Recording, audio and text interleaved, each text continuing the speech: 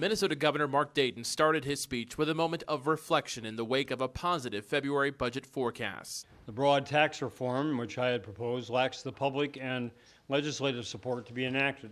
Those reforms included a business-to-business tax and a sales tax on clothing, which the governor has now cut.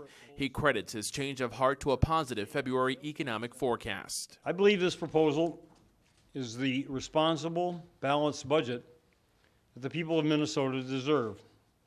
There are no shifts, borrowing, or other gimmicks to balance it. The overall budget calls for $1.8 billion in new taxes to pay for increased government spending. Tax hikes would be felt by Minnesota's wealthiest, whom the governor says pay 22% less in taxes than the middle class. Smokers would also cough up more, and part-time residents or snowbirds won't flee from an increase either. And if you're going to be here for 5 months and 29 days, using all the services that all the rest of us pay taxes to support, then you ought to pay a proportionate share for doing so.